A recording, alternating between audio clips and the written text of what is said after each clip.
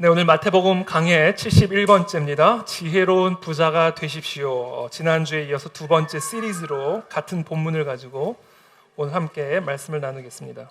지혜로운 부자가 되시기를 축복합니다. 우리 서로 옆에 분들에게 축복합니다. 지혜로운 부자가 되십시오. 오늘 이 설교 제목만 들어도 은혜가 되지 않으세요?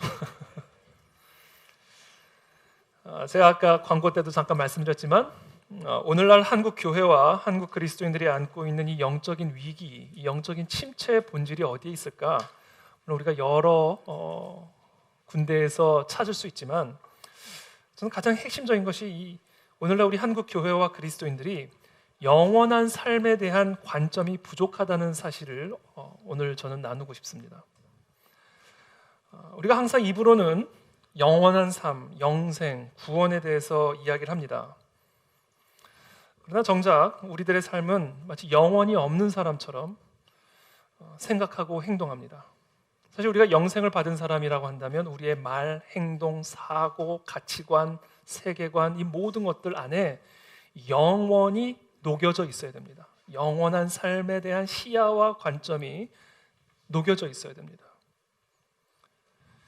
그러나 우리는 입으로는 영생, 영원한 삶, 구원을 얘기를 하지만 마치 영원이 없는 사람인 것처럼 우리의 초점은 언제나 영원한 미래가 아닌 오늘의 현실에만 맞춰져 있다라는 것이죠. 저는 이것이 오늘 한국 교회와 한국 그리스도인들이 안고 있는 영적인 위기의 본질이라고 생각합니다. 많은 그리스도인들조차 마치 불신자처럼 인생을 출생에서 시작해서 죽음으로 끝나는 이 짧은 과정으로만 생각을 합니다. 미래에 대해서 생각을 할 때에도 자신의 죽음 그 이후의 삶에 대해서는 생각하지 않고 죽음까지만 생각합니다. 그들의 시야는 언제나 이 땅, 그리고 이 땅에서 일어나는 일에만 제한이 되어 있어요. 그래서 모든 예배, 기도, 모든 설교, 그것들이 다 이 땅의 것에만 초점이 맞춰져 있다는 것이죠. 저는 이것이 오늘날 우리의 영적인 침체와 질병의 본질이라고 생각합니다. 저는 오늘 이 시간 우리의 눈이 교정받게 되기를 축복합니다. 영원한 시야가 열리게 되기를 축복합니다. 그래야 이 땅에서도 제대로 살 수가 있다. 죽음 이후에 펼쳐질 영원한 삶을 생각하지 않고 살아가기 때문에 언제나 영원한 가치보다는 단기적인 가치를 선택하고 영원한 상급을 구하기보다는 세상적인 상급이나 순간적인 안락만을 추구하는 그런 삶을 살아가게 되는 것이죠. 저는 그런 삶을 조금 과격한 표현을 쓴다면 유치한 삶이라고 표현하고 싶습니다. 유치한 삶. 우리에게 주어진 영원한 삶에 비했을 때 우리가 함몰되어 있고 우리가 추구하고 있는 이 땅의 것들, 순간적인 안락, 순간적인 풍요, 그것을 추구하는 기도, 그것을 추구하는 예배, 그것을 추구하는 삶을 말 그대로 유치한 거죠. 유치한 거죠. 통계에 따르면 태어난 사람은 100% 죽는다고 합니다. 확실한 통계인지도 모르겠습니다. 죽음으로부터 도망치고 죽음을 부인다 해도 죽음이 오는 것을 막을 수 있는 사람은 없어요. 이처럼 인생에서 가장 확실한 것이 죽는 것이라면 죽음 그 이후의 삶을 준비하지 않는 것보다 더 어리석은 일이 있으며 죽음 이후의 영원한 삶을 준비하는 것이야말로 가장 지혜로운 일이 아니겠습니까? 이 영혼에 대한 관점, 이 영원한 삶에 대한 안목이 없기 때문에 우리는 너무나 어리석은 그런 삶을 살아가는 그런 그리스도인의 모습, 그런 교회의 모습은 아닌가라는 것이죠. 저는 오늘 어떻게 하면 우리가 이 죽음 이후에 정말 찰나와 같이 지나는 80년, 길면 100, 요새는 100년까지 산다고 하더라고요. 그래도 80년이든 100년이든 정말 순간처럼 지나가는 그 이 땅의 삶을 끝내고 그 이후에, 그 죽음 이후에 영원한 삶을 우리는 어떻게 하면 준비하는 그런 지혜로운 삶을 살아갈 수 있을까? 이것이 오늘 설교의 핵심적인 주제입니다. 예수님은 오늘 우리가 어떻게 하면 죽음 이후에 그 영원한 삶을 준비하는 지혜로운 사람이 될 수 있을까? 그 방법을 오늘 우리에게 가르쳐 주고 계십니다. 그 방법은 무엇인가? 우리의 보물을, 하늘나라에 쌓아두라고 명령하십니다.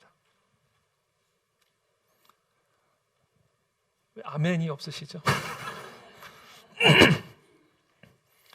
우리의 보물을 우리를 위해서 이 땅에 쌓아두지 말고 저 하늘나라에 쌓아두는 것, 그것이 가장 지혜로운 투자다라고 오늘 예수님이 말씀하고 계십니다.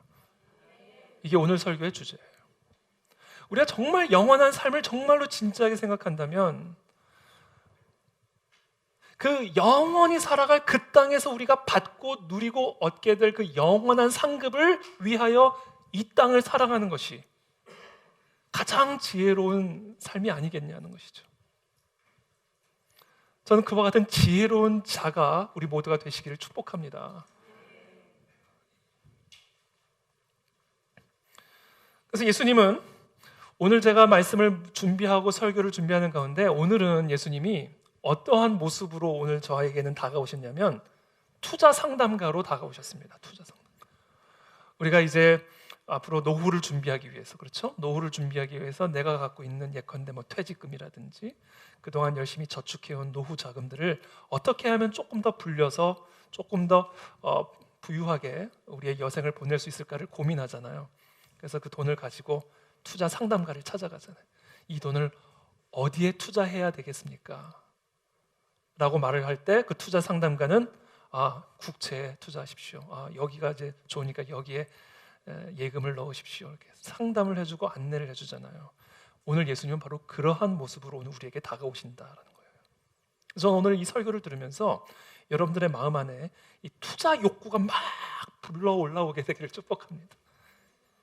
투자 욕구가 막 올라와야 돼요. 오늘 설교를 들으면서. 오늘 예수님은 말씀하십니다. 마태복음 6장 19절, 너희를 위하여 보물을 땅에 쌓아두지 말라. 거기는 좀과 동록이 해하며 도둑이 구멍을 뚫고 도둑질하느니라. 여러분, 지금 예수님은요, 보물을 쌓아두지 말라는 말씀을 하고 계시지 않아요. 보물을 땅에 쌓아두지 말라고 말씀하고 계시는 겁니다. 누구를 위해? 나를 위해, 우리를 위해서. 지금 예수님은 우리를 위한 투자 전략을 지금 가르쳐주고 있는 거예요. 보물을 땅에 쌓아두는 것이 나쁜 게 아니에요. 윤리적으로 악한 행위가 아닙니다. 보물을 땅에 쌓아두는 것을 예수님이 금지하고 계시는 게 아니에요. 보물을 땅에 쌓아두지 말라는 거예요. 그것은 윤리적으로 악한 행위이기 때문이 아니라 너무나 어리석은 행위이기 때문이다라는 거예요. 왜냐하면 보물을 땅에 쌓아두면 거기에는 좀과 동록이 해하고 도둑이 구멍을 뚫고 도둑질하기 때문에 그래요. 우리가 아무리 안전한 예금 금고에 우리의 돈을 갖다 넣어도 이 땅에 보관하고 있는 돈은 도둑질 당합니다. 어떤 식으로든 좀과 동록이 그 보물을 해하고요, 도둑이 구멍을 뚫고 가져가 버려요. 특별히 우리가 죽는 그 순간, 우리가 이 땅에 아무리 완벽한 예금 금고에 수많은 돈을, 보물을 보관하고 있을지라도 우리는 그것을 다 잃어버리고 하늘나라에 올라가게 된다는 거예요. 그러니까 지금 예수님은 우리가 정말 영원한 삶을 정말로 생각한다면 우리의 이 땅에 갖고 있는 보물을 땅에 쌓아두지 말라. 그러면서 예수님이 이렇게 말씀하십니다. 오직 너희를 위하여, 지금 우리를 위해서 하시는 말씀이에요. 예수님은 오직 너희를 위하여 보물을 하늘에 쌓아두라. 거기는 좀이나 동록이 해하지 못하며 도둑이 구멍을 뚫지도 못하고 도둑질도 못하느니라. 이것이 가장 안전한 투자처다라는 겁니다. 정말 우리가 영원한 삶이 있다는 것을 정말로 믿는다면, 정말 영원한 삶으로 우리가 들어가는 것을 안다면 오늘 이 예수님의 이 말씀을 진지하게 우리가 받아들여야 된다는 거예요. 우리가 갖고 있는 재물을 땅에 쌓아두지 말고 하늘에 쌓아둠으로써 영원히 살아가게 될 그 땅에 영원한 상급을 이 땅에서 쌓아가라는 거예요. 이게 지금 오늘 예수님이 우리에게 주시는 권면입니다. 지금 이 예수님의 이 권면은요, 영원한 삶을 정말로 진지하게 생각하는 사람에게만 받아들여질 수 있는 권면이에요. 영원한 삶을 생각하지 않으면 지금 당장 내가 갖고 지금 내가 당장 누릴 수 있는 그 보화와 재물을 추구하게 되어 있죠. 그러나 정말 저와 여러분들이 영원한 삶을 생각한다면 우리는 지금 이 땅에 남아있는 시간 동안 어떤 일에 최선을 다해야 되는가, 다시는 돌이킬 수 없는 이 삶 속에서 앞으로 영원히 살아가게 될 그 땅의 영원한 상급을 위하여 끊임없이 투자하는 일들을 우리는 우리의 재물을 가지고 해야 된다라는 거예요. 이게 오늘 예수님 우리에게 주시는 가르침입니다. 자, 그렇다면 우리는 어떻게 지금 이 땅의 재물을 가지고, 이 땅의 보물을 가지고 저 영원한 하나님의 나라에 쌓아둘 수 있을까? 그 방법이 무엇일까? 오늘 예수님이 본문을 통해서 말씀하시는 겁니다. 가서 네 소유를 팔아 가난한 자들에게 주라. 그리하면 하늘에서 보화가 네게 있으리라. 이것이 바로 우리의 이 땅에서의 재물을, 보물을 가지고 저 영원한 하나님의 나라의 영원한 상급을 축적시키고 쌓아가는 방법이다라는 것을 오늘 예수님이 가르쳐주고 계십니다. 이것이 투자 전략이에요. 영원한 삶을 향한 지혜로운 투자 전략이다. 전 정말 이와 같은 투자 전략을 가지고 이 땅을 살아가는 저와 여러분들이 되시기를 축복합니다. 거룩한 결단이 오늘 이 아침에 있게 되기를 정말로 간절히 원합니다. 누구를 위하여? 나를 위하여, 여러분들을 위하여.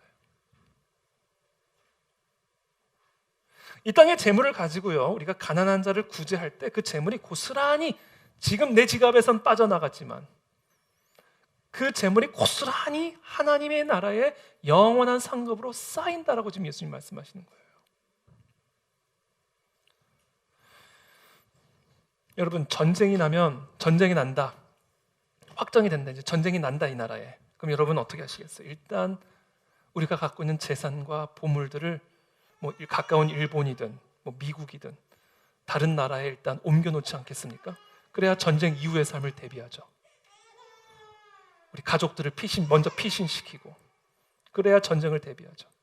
바로 그런 관점으로 오늘 예수님이 이 말씀을 이해하셔야 돼요. 이 땅은 다 소멸될 거다. 내 보물도 얼마나 갖고 있든지 간에 나의 죽음과 함께 다 소멸될 거다. 다 망가져버리고 다 사라져버릴 것이다. 그렇다면 정말 지혜로운 자는 누군가 가지고 있을 때 빨리 갖다 놔야 된다는 거예요. 어디다? 하늘나라에. 그 하늘나라에 이 땅의 재물을 갖다 놓는 방법이 있는데 그것을 가난한 자에게 주면 그것이 하늘나라에 그대로 쌓인다는 겁니다. 디모데전서 6장 18절의 말씀이에요. 선을 행하고 선한 사업을 많이 하고 나누어 주기를 좋아하며 너그러운 자가 되게 하라. 이것이 장래에 자기를 위하여, 누구를 위한 게? 자기를 위하여 좋은 터를 쌓아 참된 생명을 취하는 것이니라. 이게 나를 위한 일이다라는 거예요. 우리를 위한 일이다. 종교개혁 이전에 우리가 잘 알다시피 면죄부를 로마 교회에서, 카톨릭 교회에서 면죄부를 판매하죠.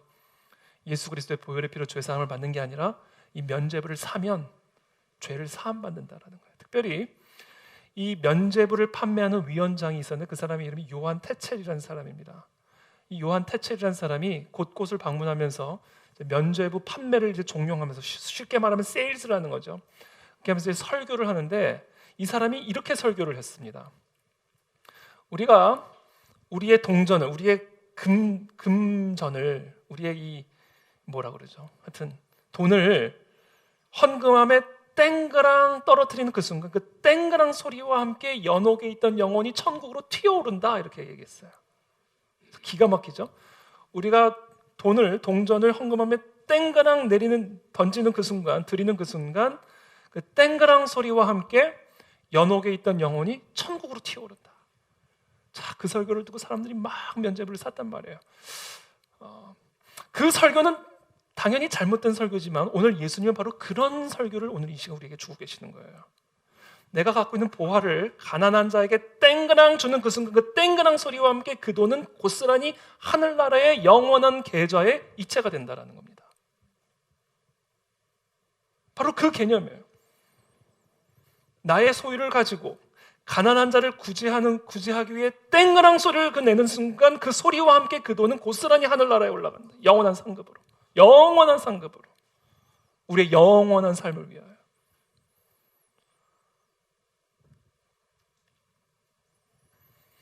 구제는 내가 갖고 있는 이 일시적인 재산과 영원한 상급을 교환하는 방법이에요.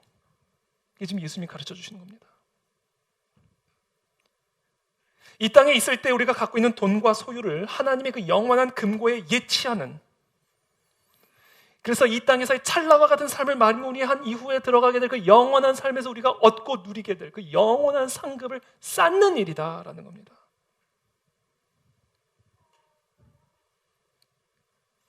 지금 예수님은요, 우리들에게 이 영원한 상급의 실체를 보여주시면서 지금 우리 안에 이 투자 욕구를 막 불러일으키고 있는 거야. 구제하고 싶지 않니? 구제해야지. 땡그랑 소리와 함께 그대로 이체된단다. 예수님의 가르침입니다, 지금 이게. 제가 지난 주간에 몽골 다녀왔잖아요. 관심이 없으셔가지고 얼굴도 좀 탔죠. 관심이 없으시니까. 몽골에 갔더니요, 노는 땅이 얼마나 많던지. 투자 욕구가 막 제 안에서 선교 답사를 갖다가 막 투자 욕구가, 야, 이제 앞으로 몽골이 발전하면 저 땅도 저 대박인데. 갑자기 복부인이 돼가지고. 여러분 60년대 70년대 강남이 그랬습니다. 저는 물론 60년대는 없었습니다만 60, 70년대 강남이 그랬어요. 강남이. 여러분 뭐 여기 계신 어른들은 아시겠지만 지금 저기 갤러리아 백화점, 로데오 거리 있잖아요. 청담 사거리. 그 갤러리아 백화점 앞에서 청담동 쪽으로 가는 그 길이요, 비포장 도로였어요. 저 어렸을 때. 자동차를 타고 가면요, 덜커덩 비가 오는 날에는요, 진흙탕을 갔다고요. 그 갤러리아 백화점 그 뒤쪽은 배밭이었어요. 배 사러 그 뒤에 갔어요. 배 사러. 그때 땅을 샀어야 되는데. 너무 억울해. 여러분 상상해보세요. 타임머신을 타고 우리가 1960년대로 한번 돌아갔다 생각해보세요. 지금 배밭이 있는 그 갤러리아 백화점 일대를 보고 있다 상상해보세요. 저 삼성동 일대를 바라보고 있다고 생각해보세요.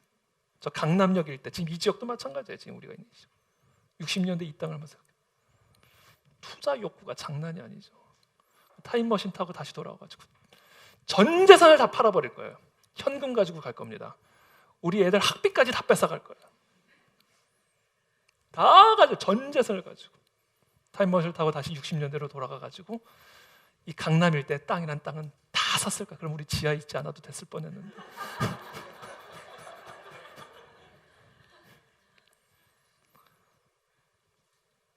즉 그렇게 하라고 지금 예수님은 말씀하고 계시는 거예요.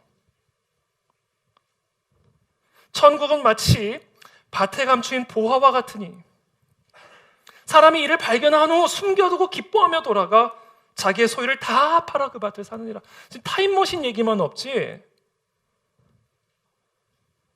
밭에 보화가 감춰져 있는 것을 보고는 바로 즉각적으로 집에 와서 자기의 소유를 다 팔아가지고 그 밭을 샀다. 이게 천국이다. 또 천국은 마치 좋은 진주를 구하는 장사와 같으니 극히 값진 진주 하나를 발견하며 가서 자기의 소유를 다 팔아 그 진주를 사느니라. 지금 이 말씀, 예수님의 이 비유의 말씀에서 반복적으로 나오는 말씀이 있어요. 뭐냐면 다 팔아 샀다라는 거예요. 그 소유를 다 팔아가지고 그 밭을 샀다라는 겁니다. 여러분 이것을 희생이라고 말할 수 있습니까? 아니요, 이건 상식이에요.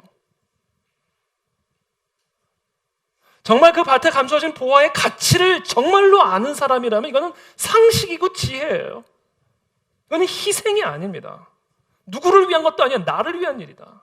정말 저와 여러분들이 영원한 삶의 가치를 안다면, 정말 영생을 아는 사람이라고 한다면 우리의 소유를 팔아 가난한 자를 구제하는 일은 그것은 희생도 아니고 그것은 우리를 위한 일이다. 그래서 지금 예수님은요, 지금 이 말씀을 통해서 우리 안에 이 영원한 상급을 위한 투자 욕구를 끊임없이 불러일으키고 있는 거예요.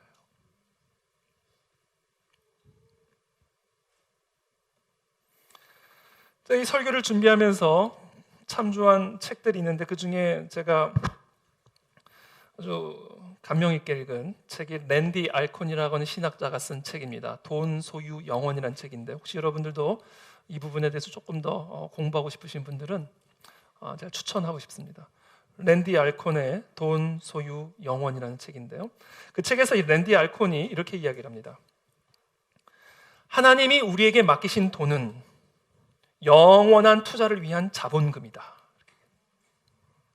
지금 내가 갖고 있는 이 땅의 재물은 저 바로 영원한 투자를 위한 자본금이다라고 얘기를 했어요. 지금 내가 갖고 있는 재물, 내가 갖고 있는 재능, 내가 갖고 있는 생명, 이 모든 것들을 하나님의 나라와 의를 위해 아낌없이 팔 때, 아낌없이 나눌 때 그것은 고스란히 저 천국에 쌓이는 영원한 상급을 위한 자본금이다라고 얘기를 합니다.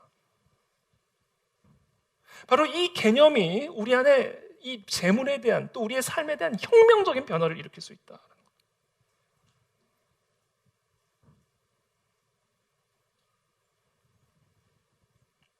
우리의 삶의 일반적인 태도를 변화시킬 수 있다. 받은 만큼 하지 않고 영원한 상급을 위해서 붙는 거예요. 일하는 겁니다. 섬기는 거죠.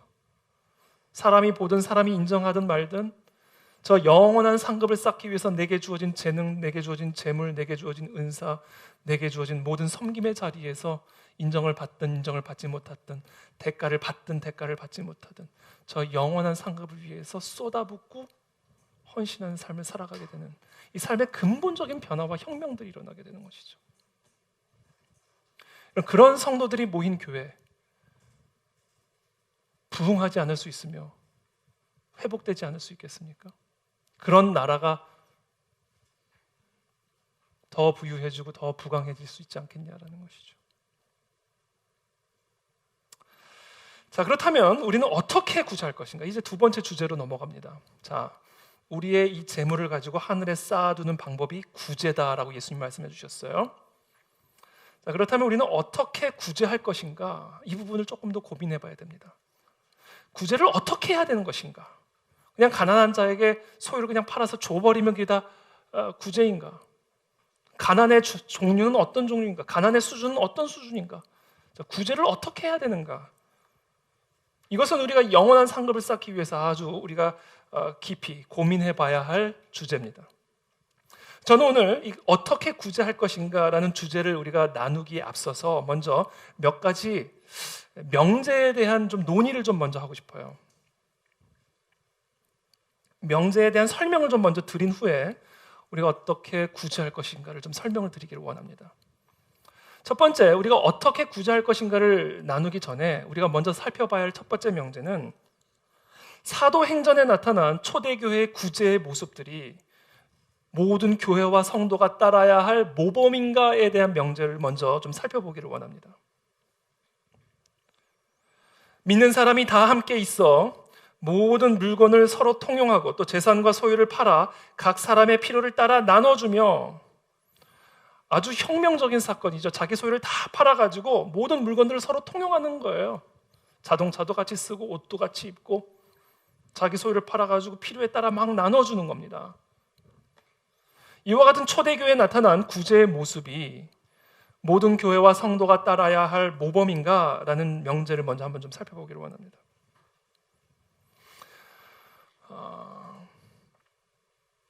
이 초대 예루살렘 교회를 평가할 때 우리가 일반적으로 범하는 실수가 있는데 이 초대 예루살렘 교회를 모든 교회가 따라야 할 모범이라고 생각하는 겁니다. 이거는 오해입니다. 초대교회에 나타난 예루살렘 교회를 모든 교회의 모범으로 바라보는 것은 당시의 역사적 배경을 잘 이해하지 못하면서 나오는 것입니다. 당시 초대교회 예루살렘 교회는요, 지금 우리가 처한 상황과는 완전히 다른 상황이에요. 예수 그리스도를 영접함으로 말미암아 사회 경제적으로 추방당한 것은 물론이거니와 정통 유대교로부터 출교를 당했고요, 호적이 파이고요, 그들이 경영하는 사업들 아마 대부분 망했을 것이고요, 가족 관계도 다 깨졌을지도 모르고요, 그 결과 수많은 사람들이 자신의 재산을 잃고 집을 잃고 직장을 잃는 비상상태 가운데 초대교회가 있는 겁니다. 그래서 우리로 따지면 일종의 전시 상태예요. 전시 상태. 전쟁이 터져가지고 직장 잃고 가족 잃고 집 잃고 이제 그러한 사람들이 모여서 교회 공동체를 이룬 상태라고 보시면 되는 겁니다. 그렇기 때문에 지금 이 초대교회에 나타난 사도행전에 나타난 이 초대교회의 구제의 모습들은요, 일반적인 상황에서 나오는 모습이 아니라 아주 극단적인 비상 위기 상태에서 나오는 모습이라는 사실을 염두에 두고 봐야 돼요. 이 초대 예루살렘 교회의 이 모습이 모든 교회의 완전한 모델이 될 수 없는 이유는 지금 모든 교회와 모든 성도들이 바로 그런 극단적인 위기 상태에 놓여져 있는 것은 아니기 때문에 그렇습니다. 그래서 이 예루살렘 초대교회에 나타난 이 구제의 모습이 모든 교회의 모범이 되어야 된다는 생각은 그것은 오해입니다. 또 다른 오해가 있는데 아무 상관이 없다라는 거예요. 극단으로 또 가는 거죠. 초대교회의 모습과 오늘날 우리 교회의 모습은 아무런 연관성이 없다라는 또 다른 극단의 오류가 또 존재하죠. 자, 그리스도인들 가운데 어떤 분들은 이 초대교회에 나타난 이 분배와 구제의 모습을 바라보면서 초대교회는 사유재산을 인정하지 않았다라고 주장을 하면서 성경은 또 초대교회는 사회주의나 공산주의를 지지한다라고 말을 합니다. 이것은 이 초대교회의 모델을 절대화시켜서 모든 교회가 반드시 따라야 하는 어떤 그런 오류에서 나오는 오해고 착각입니다.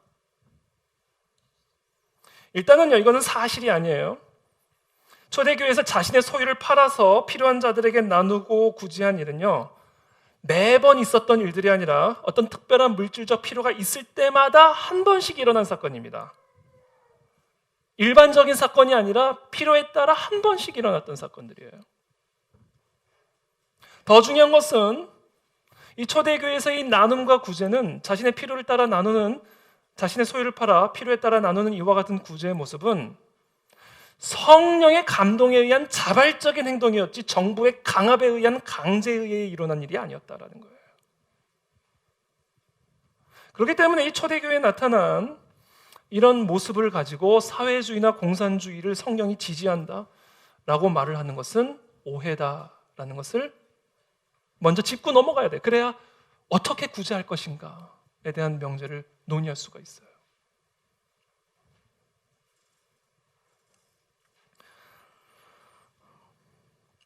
베드로가 아나니아에게 재산을 팔 때까지 그 재산은 너희의 것인데 팔고 나서도 그 돈은 다 네 것인데 네 마음대로 사용할 수 있는데도 불구하고 왜 일부만 내놓고 전부를 내놓은 것처럼 하느냐. 그러니까 이 아나니아와 삽비라가요, 헌금하고 죽은 이유는요, 다 바치지 않아서 죽은 게 아니에요.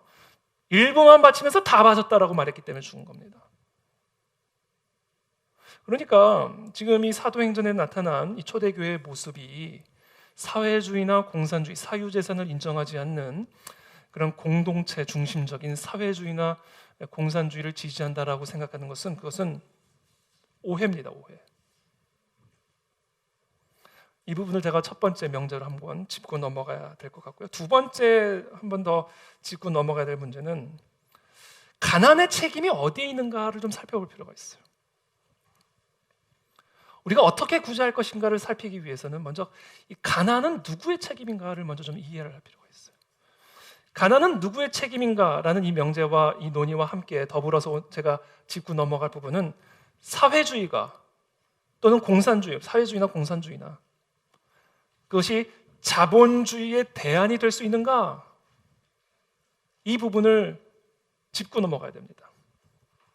저는 우리 그 안에 진리교회 성도분들이 바로 특별히 오늘날 같은 우리 대한민국의 사회적, 시대적 현실 속에서 우리 그 안에 진리교회가 정말 온전한 성경적 구제 사역을 감당하기 위해서 저는 반드시 이해해야 될 부분이라고 저는 생각합니다.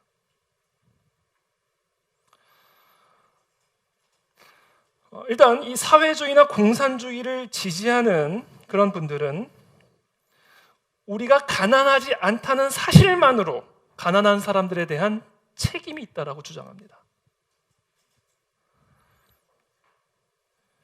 저 멀리 한 번도 만나본 적이 없는 사람의 가난한 그 가난함이 나의 책임이다라는 것을 이야기하는 거예요. 우리의 책임이 있다라는 걸 얘기하는 거예요. 죄책감을 불어넣습니다. 구제의 동력이 죄책감이에요. 또는 분노입니다. 가진 자들에게는 죄책감, 없는 자들에게는 분노를 불어넣어서 구제의 동력을 삼는 것. 가난의 책임을 어디에 묻느냐? 가난의 책임. 이 사회주의나 공산주의를 지지하는 분들은 우리 여기 계신 저와 여러분들이 가난하지 않다는 그 사실 하나만으로 가난한 사람들에 대한 책임, 죄책감을 가져야 된다라고 이야기를 합니다. 대부분 많은 분들은 좋은 의도를 갖고 있고 또 착한 심성을 가진 분들이 많죠. 그렇지 않은 분들도 많지만, 그러나 이런 주장은요 정말 심각한 오해에서부터 비롯되는 겁니다. 일단 이 사회주의나 이 공산주의를 지지하는 분들은 부에 대하여 제로섬적인 관점을 가지고 있습니다. 이게 무슨 얘기냐면 단순한 거예요. 피자 8조각이 있어요. 피자를 8슬라이스로 나눴단 말이에요. 8명이 같이 있어요. 근데 8명이 8조각을 갖고 있으니까 한 조각씩 먹어야 될 것 아니에요. 그래야 균등하게 배분이 되는 것 아닙니까? 그런데 이 사회주의나 공산주의를 지지하는 분들은 어떤 부에 대해서 어떤 관점을 가지고 있냐면, 부자는 8명이 8조각을 갖고 있는데 한 사람이 2조각 가져간 거다라는 거예요. 그래서 다른 한 사람이 가질 게 없다라는 겁니다. 그러므로 이 사람의 가난의 책임은 2조각을 가져간 그 부유한 사람의 책임이다라는 겁니다. 이게 제로섬 관점이에요. 이런 관점은 어떤 것을 지금 전제로 하고 있냐면, 부라는 것은 창조되어지는 것이 아니라 유한하다. 유한한 부를 분배할 수만 있을 뿐이지 그 부가 증식이 되거나 부가 새롭게 창조되는 것이 아니다라는 관점을 가지고 있습니다. 그렇기 때문에 내가 더 많이 가져가서 부자가 되면 그만큼 덜 가진 사람이 있으므로 더 많이 가져간 사람은 그렇지 않은 사람에 대한 죄책감을 가져야 되고 책임을 져야 된다라고 주장하는 게 이 사회주의나 공산주의의 전제예요. 그러나 이것은 성경적 경제관과는 완전히 배치되는 이야기입니다. 부는 유한하지 않아요. 부는 무한하게 확장될 수 있고 창조될 수 있습니다. 요새 여러분 타다 아세요? 타다 아시죠? 택시, 우버 같은 거잖아요. 미국에. 여러분, 그런 아이디어가 부를 창출해내는 거예요. 요새는요, 컨텐츠만 좋으면요, 유튜브로도 많은 수익을 만들어낼 수 있습니다. 부는 제한된 게 아니에요. 유한한 게 아니에요. 부는 확정된 게 아니에요. 그래서 그냥 나눠 먹어야, 그래서 한 사람이 더 부유해지면 한 사람은 덜 가질 수밖에 없는 그런 구조가 아니에요. 부는 창출되고 무한하게 확장될 수 있는 겁니다. 페이스북 창립자 주커버그, 그렇죠? 하버드 대학교 다닐 때 함께 학교 다녔던 한 사람의 이야기를 들은 일이 있는데, 친구들 몇 명이서 학교 교내에서 서로 연결하는 그런 프로그램 만들다가 엄청난 지금 부자가 된 거예요. 없었던 게 한 사람의 창조적인 아이디어에 의해서 부가 창출되는 겁니다. 그러니까 부는 유한하고 제한된 어떤 파이를 나눠 먹는 개념이 아니에요. 분배받는 개념이 아니에요. 그래서 한 사람이 부자가 되면 반드시 한 사람이 가난해지는 그런 구조가 아니다란 말이에요. 만약에 그런 구조를 가지고 있다면 더 가진 사람 것을 뺏어와서 줘야 되는 겁니다. 근데 그걸 누가 순순히 줍니까? 그러니까 폭력과 강압이 가해질 수밖에 없는, 그래서 필연적으로 혁명이 필요한 거예요. 혁명이. 이게 사회주의자, 공산주의자들이 생각하는 경제관이에요. 성경은 그렇게 얘기하지 않아요. 네 하나님 여호와를 기억하라. 그가 네게 재물 얻을 능력을 주셨습니다. 우리가 재물을 만들어낼 수 있고 재물을 창출할 수 있는 능력을 하나님이 주셨다라는 거예요. 그래서 유한한 부, 제한된 부를 분배받는 개념이 아닙니다. 저는 여기 계신 모든 분들에게 재물을 얻을 능력을 주시기를 축복합니다. 우리는 얼마든지 만들어낼 수 있어요, 부를.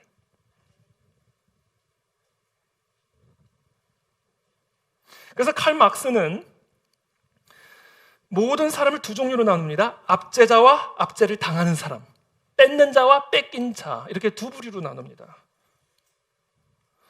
그래서 혁명을 통하여 빼앗긴 자는 빼앗은 자로부터 그것을 다시 뺏어와 평등과 균등한 분배를 이루어야 된다고 주장하는 거예요. 그건 성경적인 경제관과는 배치되는 개념이죠. 물론 한 사람의 부유함이 어떤 다른 사람의 희생으로 말미암아 일어날 수도 있지만, 또 자본주의라는 사회 안에서 착취가 일어나는 것도 사실이지만, 자본주의는 그렇게 가난한 사람을 착취하는 그런 시스템이 아니다라는 것을 이해할 필요가 있어요. 자, 이 사회주의나 공산주의를 지지하는 사람들은 또 이렇게 주장합니다.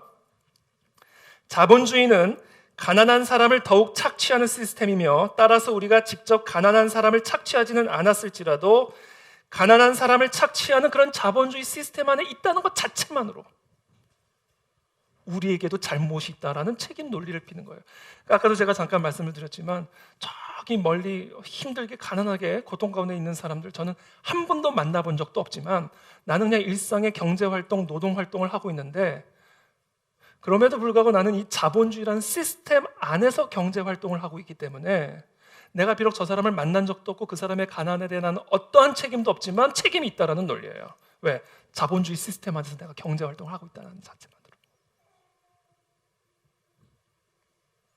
그래서 자본주의 사회를 폐지시켜야 된다고 주장하는 겁니다. 그래서 저는 오늘 아주 간략하게나마 자본주의와 사회주의의 일단 차이를 좀 한번 살펴보고 어떻게 구제할 것인가를 좀 논의하고자 합니다. 왜냐하면 자본주의 사회에서 말하는 구제와 사회주의에서 말하는 구제는 달라요. 자본주의는 외부의 통제 없이 움직이는 말 그대로 자유시장 체제입니다. 시장이 다스리는 체제예요. 이게 자본주의 시스템입니다. 여러분, 우리가 잘 아는 경제학자 아담, 누구죠?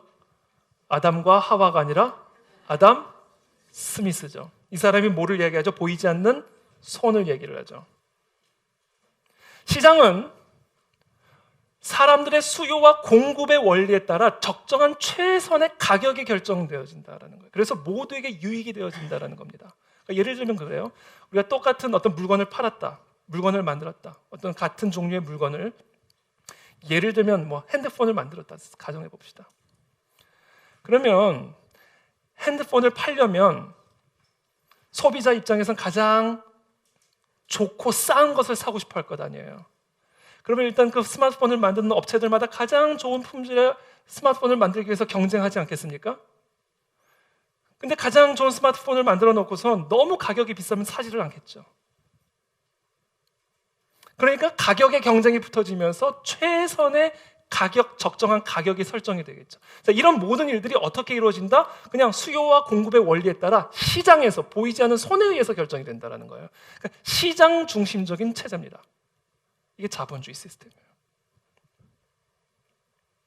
특별히 이 자본주의는요, 어떤 사람들이 주장하는 것처럼 착취의 기초를 두고 있는 것이 아니라 사실은 공통의 이익의 기초를 두고 있다는 사실을 여러분들이 이해하셔야 돼요. 예를 들면 우유를 샀어요. 제가 지금 저 앞에 있는 CU에서 우유를 사왔어요. 그럼 제가 제 돈과 그 우유를 교환을 했죠. 그렇게 됨으로써 나는 우유를 먹고 키도 크고 피부도 좋아지는 유익을 얻게 되죠. 근데 나만 유익을 얻는 게 아니에요. 일단 그 CU에서 우유를 판매한 그 CU 업자도 돈을 법니다. 근데 그 CU 업자만 돈을 버는 게 아니에요. 그 우유를 배달한 배달업자도 돈을 벌어요. 우유를 배달한 업자만 돈을 버는 게 아니에요. 그 우유를 직접 짠 축산업자도 돈을 법니다. 그리고 그 우유를 담는 그 종이 용기를 만든 사람도 돈을 벌어요. 그 종이 용기에 인쇄를 하는 사람도 돈을 벌어요. 그 우유를 광고하는 광고업자들도 돈을 벌어요. 그러니까 자본주의는 기본적으로 분업 시스템을 통하여 모든 사람들이 함께 이익을 얻는 공통의 이익을 추구하는 시스템이에요. 착취가 아니라. 물론 자본주의 사회가 인간의 탐욕 때문에 착취가 이루어지는 것도 분명한 사실이지만, 그러나 가난한 사람에게 일할 기회를 줘서 가난을 탈피하게 도와주기도 합니다. 제가 최근에 이제 몽골 다녀왔잖아요. 몽골은 사회주의 국가예요. 사회주의 국가. 그러니까 제가 얘기를 들어보니까 뭐 몇 살 어린 아이들 몇 살 때까지는 버스도 공짜로 탄대요. 버스도 공짜로 타고 뭐 국가에서 공짜로 주는 것들도 있더라고요. 나라가 그렇게 부유하지도 않은데 그렇게 지원도 있고 뭐 그렇더라고요. 근데 별로 살고 싶지 않은 나라였어요. 솔직히 말하면. 모든 게 불편했어요. 겨울에는 오지 말라고 그러더라고요. 너무 추운데, 단순히 너무 추워서가 아니라 너무 추운데 국민들이 뗄 수 있는 기름이 없어가지고요.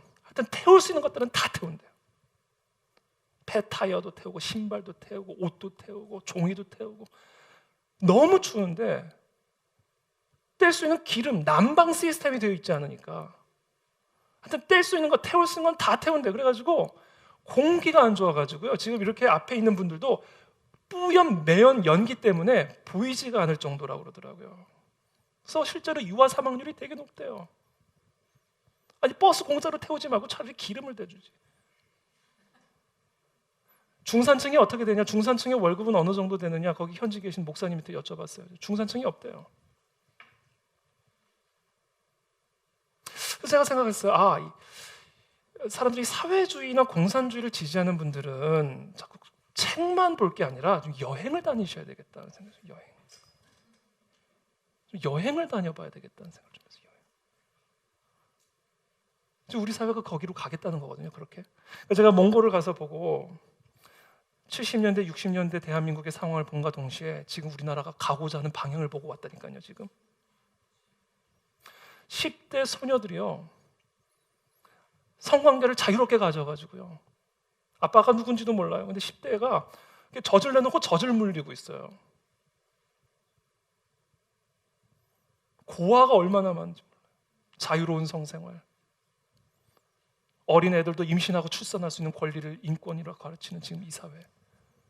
그러니까 저는 몽골에서 이중의 모습을 봤어요. 우리 과거 20, 30년, 30, 40년 대한민국의 모습과 앞으로 지금 가고자 하는 대한민국의 방향. 여행을 다녀야 된다. 여행을.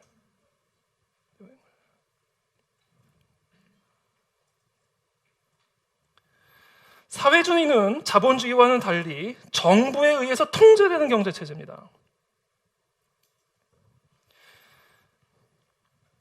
토지를 독점할 수 있는 지배계층이 생기지 않게 하고 또 모든 사람에게 물건을 공평하게 배급하는 체제입니다. 그래서 사회주의 체제 하에서는 경제적인 권력이 정부에게 독점돼요. 그래서 부자가 될 수 있는 개인이 생겨날 수가 없어요. 경제적인 권력을 독점하고 있는 정부가 옷을 주고 음식을 주니까 돈 내지 않고 옷 입고 돈 내지 않고 음식 먹고 돈 내지 않고 버스 타고 돈 내지 않고 급식 받으니까 좋죠. 근데 그런 사회는 절대로 발전할 수가 없습니다. 왜? 개성이 말살되잖아요. 아니, 정부에서 그냥 일괄적으로 주는 음식을 먹고 어떻게 입맛이 살아나가지고 백종원 같은 셰프가 나옵니까? 내 나름대로의 패션 감각이 있는데 그냥 정부에서 일괄적으로 공짜로 주는 옷을 입고 어떻게 나의 패션 감각들이 살아날 수가 있어요? 그러니까 개인의 개성, 창의력이 완전히 말살돼 버려서 그런 사회는 반드시 쇠퇴하고 무너지게 되어 있어요. 이런 체제 하에서는 모든 경제적인 권력이 정부에게 독점되어져 있기 때문에 그러한 정부 안에 있는 소수만이 부자가 됩니다. 그래서 제가 물어봤어요. 중산층이 있냐니까 중산층이 없대요. 그러면서 부자들은 머리가 아플 정도로 돈이 세지지 않을 만큼의 재산을 갖고 있대요. 그리고 더 절대 다수는 다 밑바닥에서 폐타이어 떼면서 겨울을 난다는 거예요.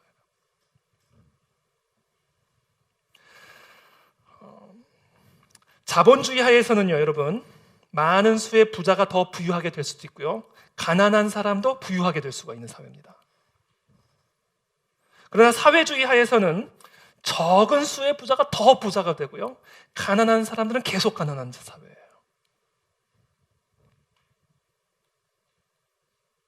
지금 제가 여기서 지금 여러분들에게 나누고자 하는 요지는 자본주의가 완벽하다는 말이 절대로 아니에요. 사회주의가 그 대안이 될 수 없다라는 것을 지금 말씀을 드리는 겁니다.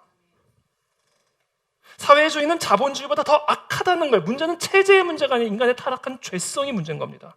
인간의 타락한 죄성만 없다면 어떤 체제도 괜찮은 거예요. 공산주의도 괜찮고 사회주의도 괜찮고 자본주의도 괜찮아요. 인간의 타락한 죄성만 없다면. 그러나 이 자본주의 시스템은 어찌 보면 타락한 인간의 본성을 가장 선하게 활용할 수 있는 시스템. 완벽하지는 않지만 사회주의보다는 나은 시스템.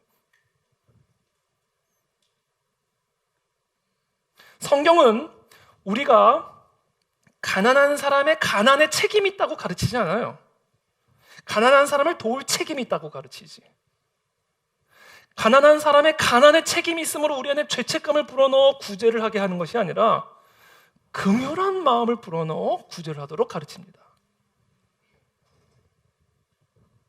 저는 지금 제가 이런 설명을 지금 미리 말씀을 드리는 이유는 그 안에 진리교의 구제 철학을 말씀드리기 위한 것이기도 하고, 성경적인 구제는 어떤 것인가, 정말 하늘의 상급을 쌓을 수 있는 본은 어떤 것인가, 특히 오늘날 우리 사회에서 첨예하게 펼쳐지고 있는 이 체제 문제, 체제 전쟁을 우리가 어떻게 바라봐야 할 것인가, 구제하는 나라로 살아갈 것인가 아니면 결국은 구제받는 나라가 될 것인가, 이런 부분에 대해서 우리가 심각하게 고민하면서 기도해야 되기 때문에 제가 미리 먼저 이 말씀을 드리는 겁니다. 자, 이제 제가 이 정도 설명을 드렸으니까 이제는 어떻게 구제할 것인가로 넘어갈게요. 어떻게 구제할 것인가? 성경은 우리에게 두 가지를 가지고 구제하라고 이야기합니다. 긍휼한 마음, 그리고 지혜로운 마음입니다. 긍휼한 마음만 가지고 구제할 수 없어요. 반드시 지혜로운 마음이 있어야 됩니다. 이것이 성경적으로 구제하는 방식입니다. 우리 모두에게 가난한 자를 향한 긍휼한 마음이 일어나게 되기를 축복합니다. 자, 먼저 긍휼한 마음. 선한 사마리아를 한번 생각해 보세요. 두 종교 지도자, 대제사장과 레위인은 강도 만나 피 흘리고 있는 그 어떤 사람을 보더니 그냥 지나가 버렸습니다. 그러나 수많은 사람 유대인들로부터 무시를 받고 멸시를 받던 이 사마리아인은 그 강도 만난 사람을 발견하고 그를 도와줬어요. 그 선한 사마리아인의 반응은 죄책감으로부터 나온 게 아니에요.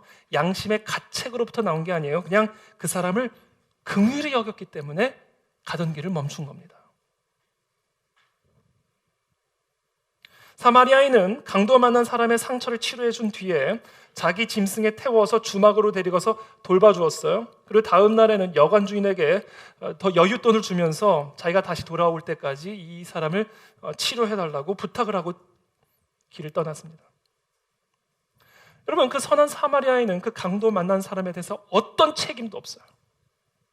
책임 있다고 말하시면 안 돼요. 어떤 책임도 없어요. 그럼에도 불구하고 그 선한 사마리아인은 최선을 다해 도우려고 했었어요. 무엇 때문에? 긍휼한 마음으로. 그리고 예수님이 이 비유를 통해서 결론적으로 말씀합니다. 너도 이와 같이 해라.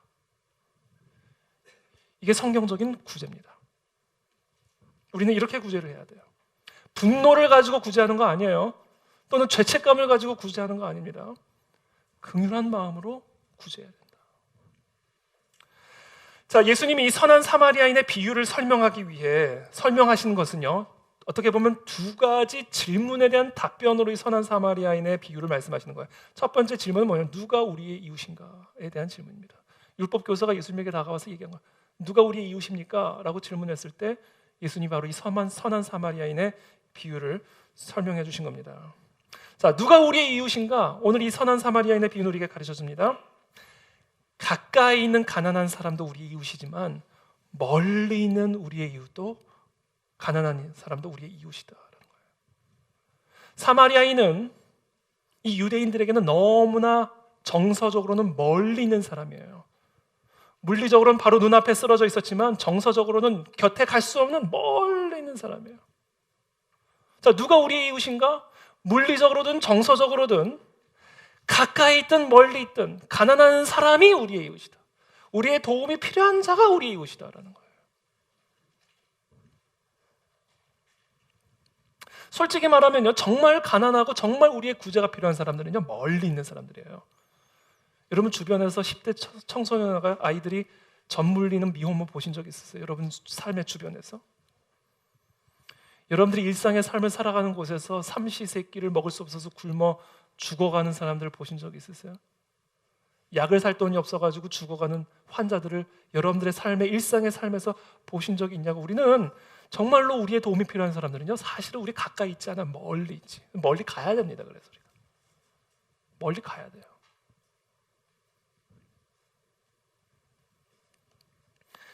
이 선한 사마리아인의 비유는 두 번째 질문에 대한 답변으로 또 주신 것이라고 묵상했습니다. 그것은 바로 이와 같은 가난한 자를 위해서 우리가 정말로 할 수 있는 일이 무엇이냐에 대한 질문에 대한 답변으로 주신 거예요. 저는 그냥 한 개인일 뿐이에요. 저 같은 미약한 사람이 저 가난한 사람을 위해서 뭐를 할 수 있겠어요? 우리 교회는 너무나 연약하고 힘없고 작은 교회에 불과할 뿐이에요. 그런데 어떻게 이 땅의 빈곤을 위해서, 가난한 사람을 위해서 우리가 헌신할 수 있겠어요? 그렇게 생각하지 말라는 거예요. 할 수 있다라는 겁니다. 어떻게? 한 번에 한 사람씩이다라는 거예요. 지나가다가 가난한 사람이 쓰러져 있으면 도와주면 되는 거예요. 그게 우리가 할 일의 전부다라는 겁니다.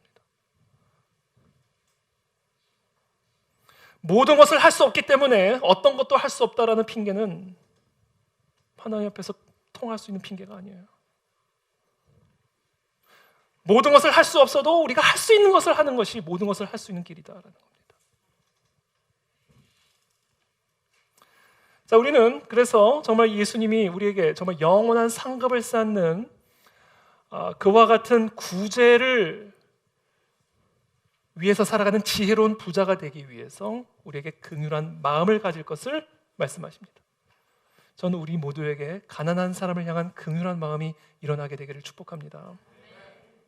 이게 축복이에요. 긍휼한 마음이 축복이에요. 두 번째 우리에게 필요한 것은 지혜로운 마음이에요. 지혜로운 마음. 긍휼한 마음만 가지고 있으면 안 돼요. 지혜로워야 돼요. 지혜롭게 도와줘야 돼요. 왜? 모든 사람이 동일한 이유로 가난해지지 않았기 때문에 그래요. 여러분, 질병의 종류가 다양한데, 아픈 이유가 다른데 동일한 치료법으로 그 사람을 치유할 수 있습니까? 모든 사람은 다 다양한 이유로 가난해졌어요. 동일한 이유로 가난해진 게 아니에요. 그래서 우리는 동일한 방법으로 모든 사람을 구제할 수 없어요. 그래서 지혜가 필요합니다. 정말로 그 사람을 구제하기 위해서, 정말로 그 사람을 돕기 위해서 우리에게는 지혜가 필요해요. 긍휼한 마음만 가지고는 안 된다. 제가 아까 말씀드린 랜디 알코는 가난의 원인을 크게 10가지를 이야기합니다. 10가지. 이 중에 하나거나 또는 복합적으로 일어난다. 가난의 이유가. 첫 번째는 이런 겁니다. 홍수나 자연재해로 집이나 사업체를 완전히 다 잃어버려서 가난하게 된 사람. 화재가 나서 사업체가 다 불탔다든지, 홍수가 나서 집이 다 쓸려갔다라든지, 어떤 자연재해나 재난 때문에 가난해진 사람. 두 번째, 부족한 자원이나 기후가 나빠서 가난한 나라. 정말 그 땅에서 뭘 할 수가 없는 척박한 땅. 세 번째, 압제와 불의에, 어떤 특별히 권력의 압제, 권력의 불의에 의해서 가난한 나라. 저는 이 부분을 조금 언급하고 넘어가고 싶은데요. 왜냐하면 이게 북한 동포가 걸려있는 문제이기 때문에 그래요. 여러분, 왜 우리에게는 구제를 위해서 긍휼한 마음만 있으면 안 되고 반드시 지혜가 필요하냐면, 강도 만난 자를 도와야지 강도를 도와주면 안 되기 때문에 그렇습니다, 여러분.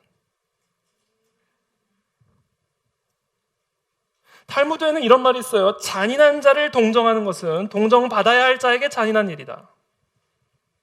그래서 우리는 동정받을 자에게 동정을 주기 위해 반드시 지혜가 필요해요. 안 그러면 잔인한 자를 동정하는 일이 될 수 있고 강도를 도와주는 일이 될 수 있기 때문에, 특별히 권력의 억압과 압제 때문에 가난한, 가장 대표적인 케이스가 저는 북한 동포 같은 경우, 우리에게는 단순한 긍휼한 마음만 갖고 있어서는 안 돼요. 뱀 같은 지혜가 필요합니다.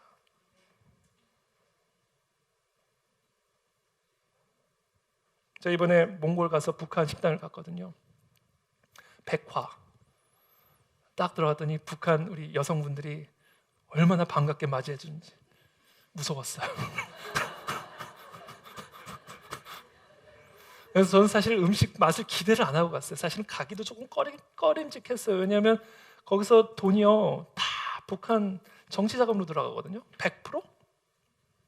창구입니다. 정치자금 창구예요, 여러분. 금강산, 개성공단, 이런 북한 식당 다 창구예요. 정치자금이 다 돈이 거기로 들어가는 거예요.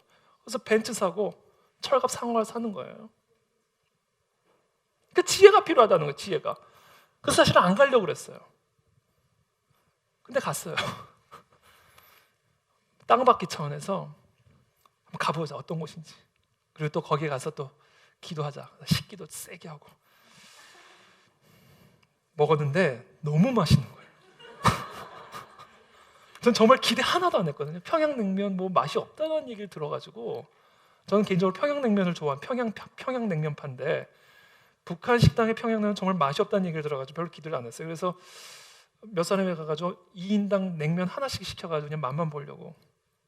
너무 맛있는 거예요. 그래서 더 시켰어요.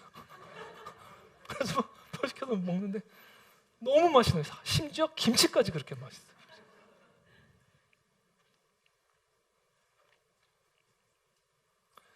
근데 그렇게 수고가 남의 나라에 와가지고 그렇게 수고한 젊은 여성들, 그렇게 노동력 팔아가지고 그 돈 다 상납되는 거거든요. 그러니까 지혜가 필요하다. 지혜가. 그래서 여러분, 그냥 긍휼한 마음 하나만 가지고 그냥 쌀 주자, 돈 주자 이러면 안 된다라는 거예요. 그건 동정 받아야 자들에게 잔인한 일이다라는 거예요. 우리는 북한 동포를 구제하고 돕는 일에 있어서도 아주 지혜롭게 대처해야 된다. 지혜롭게. 이번에 최근에 WFP UN 국제 식량 기구를 통해서 식량 지원을 했죠. 그런 건 괜찮아요. 왜냐하면 그 UN 국제 식량 기구에서는 철저하게 배달을 해주거든요. 실제로 주거든요. 다 체크를 하거든요. 그냥 통으로 그냥 쌀을 그냥 몇 가마니 몇백 가마니를 그냥, 또는 돈을 갖다 주는, 안 된다. 그런 건 안 된다. 그러나 이런 아주 검증 가능한 국제 기구를 통한 지원, 이게 다 지혜롭게 지원하는 거다. 이런 지혜들이 필요합니다. 또 종교나 세계관 때문에 가난한 나라들이 있어요. 예를 들면 인도 같은 나라, 카스트 시스템이죠. 가난을 탈피할 수가 없어요. 타고나는 계급 때문에. 또 소를 먹여야 되기 때문에, 사람 먹일 걸 가지고 소를 먹여야 되기 때문에 종교나 세계관으로 인해 가난할 수밖에 없다. 또 방종으로 인한 가난. 저희가 한번 그 밤에 촛불을 켜고 자다가 화재가 난 기사를 보고 아내가 그 지역의 한전에 전화를 해가지고, 우리가 거기 지금 전기세 못 내고 있는 가구들을 저희가 대신 전기세를 내주겠다 그렇게 얘기를 해가지고요. 나중에 한전에서 표창장도 받았는데, 착하죠. 근데 하다가 그만뒀어요. 전기세가 계속 올라가요. 계속 쓰는 거예요. 방종으로 인한 가난입니다. 제가 다른 교회에서 얘기를 들었는데, 단기 선교가라고 교회에서 지원을 내줬는데 공항 면세점에 가서 명품 사요. 그런 사람은 지원해주면 안 되죠. 그럼 방종이죠, 방종. 마지막으로 게으르기 때문에 가난한 사람. 여러분, 게으르기 때문에 가난한 사람은 절대로 도와주면 안 됩니다. 그게 그 사람을 도와주는 일이에요.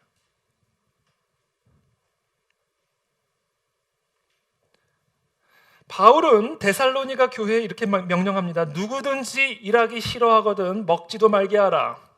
그래서 일하고 쉽게 만들라는 거예요. 굶어 죽게 내버려 두라는 얘기가 아니에요. 가난의 이유들이 이렇게 다양하기 때문에 지혜롭게 구제할 수 있어야 된다. 방종으로 인해 가난한 사람, 도박을 하고 술을 먹고 그렇게 해서 가난하게 된 사람, 게을러서 가난하게 된 사람, 일하기 싫거든 먹지도 말게 해서 일하고 싶게 만들라는 거예요. 정신 차리고. 이게 그 사람을 구제하는 방식이다. 여러분, 일을 할 수 있는데도 일하지 않는 사람을 계속해서 교회든 국가든 개인은 지원해 주잖아요. 그러면 그 사람은 계속해서 일에서 멀어지게 되고요. 그 사람의 가난은 영구화되고 그 사람의 게으름은 영구화됩니다. 그것은 그 사람을 구제해 주는 일이 아니에요. 1964년 미국의 민주당 대통령이었던 린든 존슨이 미국의 복지 개혁을 위해서 The Great Society라고 하는 복지 프로그램을 시작합니다. 그때 일어난 여러 가지 이 사회 통계적 사례들을 제가 한번 살펴본 일이 있는데, 이 Great Society 가운데 한 프로그램이 어떤 거냐면 미혼모를 지원하는 겁니다. 미혼모가 많으니까 미혼모가 일을 할 수가 없잖아요. 경제적으로 가난해질 수밖에 없잖아요. 그래서 이 복지 시스템으로 미혼모를 지원하는 프로그램을 시작을 했어요. 그런데 여러분 통계가 어떤 일이 일어나는지 아세요? 달을 거듭할수록 미혼모가 늘어나요. 왜? 지원을 해주니까. 미혼모가 발생하지 않도록 해주는 것이 복지가 돼야 되잖아요. 레이건이 그런 얘기를 했죠. 최고의 복지 국가는 복지가 필요 없는 나라다. 근데 도와주는 게 아니라 사회를 더 병들게 만드는 거예요. 이게 어떻게 복지가 될 수 있냐는 거예요. 여러분, 구제를 하는 데 있어서 문제는 단순히 가난한 사람에게 뭐를 줄 것이냐가 아니에요. 어떤 가난인가를 봐야 돼요. 그리고 그 가난에 대한 근본적인 원인과 유익에 따라 사려 깊이 주의 깊게 도와줘야 된다. 그래서 지혜가 필요하다. 그래서 우리 교회가 구제를 하거나 가난한 사람을 돕거나 재정적인 어려움 가운데 있는 사람들을 도와줄 때는 그냥 단순히 긍휼한 마음만 가지고 덜컥 줘버리면 안 된다. 주의 깊게 사려 깊게 기도하는 가운데 어떻게 이 사람을 도와주는 것이 가장 유익한 것인가를 사려 깊게 고민해 봐야 된다. 이것이 구제다라는 겁니다. 자, 이제 말씀을 마무리 짓겠습니다. 오늘 예수님은 우리에게 영원한 상급을 쌓기 위해서 가서 네 소유를 팔아 가난한 자들에게 주라고 명령하셨어요. 그리하면 하늘에서 보화가, 하늘에서 내려오는 축복이, 영원한 상급은 물론이거니와 이 땅에서의 삶에도 하나님의 특별한 갚아주심이 있을 것이다 라고 약속하십니다. 특별히 조나단 에드워즈는 구제 행위를 우리가 영적인 은혜를 경험하기 위해 반드시 필요한 은혜의 수단이라고 말을 합니다. 우리가 더 깊은 은혜를 체험하기 위해서, 더 깊은 성령을 체험하기 위해서 우리의 기도가 더 깊어지고 이 교회 공동체 가운데 더 강력한 성령의 바람과 성령의 불이 불어 정말 천국을 경험하는 천국 공동체가 되기 위해서는 구제하라고 얘기합니다. 구제가 바로 이와 같은 더 깊은 은혜를 체험할 수 있는 수단이 된다라고 얘기를 해요. 그리고 그러면서 이 조나단 에드워즈가 근거로 얘기하는 사람이 누가 있냐면 성이 곤데, 누군지 아세요? 고넬료입니다. 고넬료가 주목하여 보고 두려워 가로되 주여 무슨 일이니까? 천사가 가로되, 천사가 나타난 거예요. 고넬료에게. 영적인 체험이죠. 천사와 대화를 하는 겁니다. 천사의 돌보심과 보호하심을 경험하는 거예요. 자, 이런 깊이 있는 영적인 체험을 고넬료가 할 수 있었던 이유가 있었어요. 그게 뭐예요? 천사가 가로되 네 기도와 구제가 하나님 앞에 상달하여 기억하신 바 되었으니 네가 지금 사람들을 욥바에 보내어 베드로라는 시몬을 청하라. 사도행전 10장 2절에 보면 이렇게 이야기합니다. 그가 경건하여, 고넬료를 의미하죠. 그가 경건하여 온 집안과 더불어 하나님을 경외하며 백성을 많이 구제하고 하나님께 항상 기도하더니, 자, 고넬료는 기도와 구제의 사람이었어요. 바로 이것이 고넬료가 천사를 만나고 천사의 돌보심을 경험하고 특별히 천사의 지시를 받아 사람을 욥바에게 보내 사도 베드로를 초청하고 베드로가 고넬료에게 와서 그리스도를 소개해주고 고넬료와 그 집안은 큰 영적인 위로와 기쁨을 얻게 되고 그 집안에 성령의 세례가 임하게 되는 것을 경험하게 돼서 그 이유를 지금 뭐라고 말씀하시는 거예요? 기도와 구제다.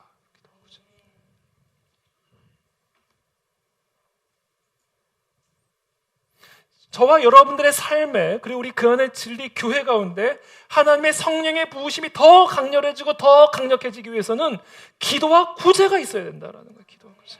이것이 은혜의 수단이다, 도구다. 귀를 막고 가난한 자가 부르짖는 소리를 듣지 아니하면 자기가 부르짖을 때에도 들을 자가 없으리라. 기도와 구제는 같이 가야 된다. 저는 우리 그 안에 진리 교회가 더 강력하게 기도할 뿐 아니라 그만큼 더 강력하게 구제할 수 있는 교회가 되기를 원합니다. 가까이 있는 사람이든 멀리 있는 사람이든 배를 타고 가든 비행기를 타고 가든 우리의 소유를 가지고 우리의 재물을 가지고 가난한 자를 구제할 수 있는 교회가 돼야만 이 교회 안에 성령의 기름 부으심이 지속될 수 있고 고넬료를 통해 이방 세계의 선교의 문이 활짝 열린 것처럼 세계 선교 땅끝까지 그리스도의 복음을 가지고 증거할 수 있는 진짜 교회가 될 수 있다라는 거예요. 그래서 여러분 헌금을 많이 해주세요. 구제헌금. 구제헌금 계좌가 따로 있잖아요. 여러분 교회가 선교와 구제를 하는 일에 아낌없이 지원할 수 있도록 여러분 지원해 주셔야 돼요. 이게 교회가 성령 충만할 수 있는 비결이 여러분들의 삶에 하나님의 은혜, 더 나아가 영원한 상급을 쌓을 수 있는 길이다. 마지막으로 이사야서 58장 말씀 읽고 오늘 말씀을 마치겠습니다. 줄인 자에게 네 식물을 나눠주며 유리하는 빈민을 네 집에 들이며 벗은 자를 보면 입히며 또 네 고륙을 피하여 스스로 숨지 아니하는 것이 아니겠느냐. 그리하면 네 빛이 아침같이 비칠 것이며 네 치료가 급속할 거래요. 여러분 치료를 받고 싶으세요? 마음의 치료, 육신의 치료, 정신의 치료, 여러분들의 상처의 치료. 어떤 자에게 치료가 급속하게 일어나는가? 구제하는 자에게 이와 같은 치료가 급속하게 일어날 것을 약속하고 계십니다. 네 의가 네 앞에 행하고 여호와의 영광이 네 뒤에 호위하리니 네가 부를 때에는 나 여호와가 응답하겠고 네가 부르짖을 때에는 말하기를 내가 여기 있다 하리라. 우리가 언제 살아계신 하나님을 경험합니까? 물 가운데 불 가운데 지나갈 때 우리를 지키시는 여호와 하나님의 강하신 손을 언제 경험합니까? 누가 경험합니까? 구제하는 사람이 경험한다라는 거예요. 구제하는 사람. 만일 네가 너희 중에서 멍에와 손가락질과 허망한 말을 제하여 버리고 줄인 자에게 네 심정이 동하며 괴로워하는 자의 심정을 만족하게 하면 네 빛이 흑암 중에서 떠올라. 여러분 혹시 흑암 가운데 계신 분 계세요? 삶이 어두운 분들 계세요? 구제하면 빛이 임합니다, 여러분.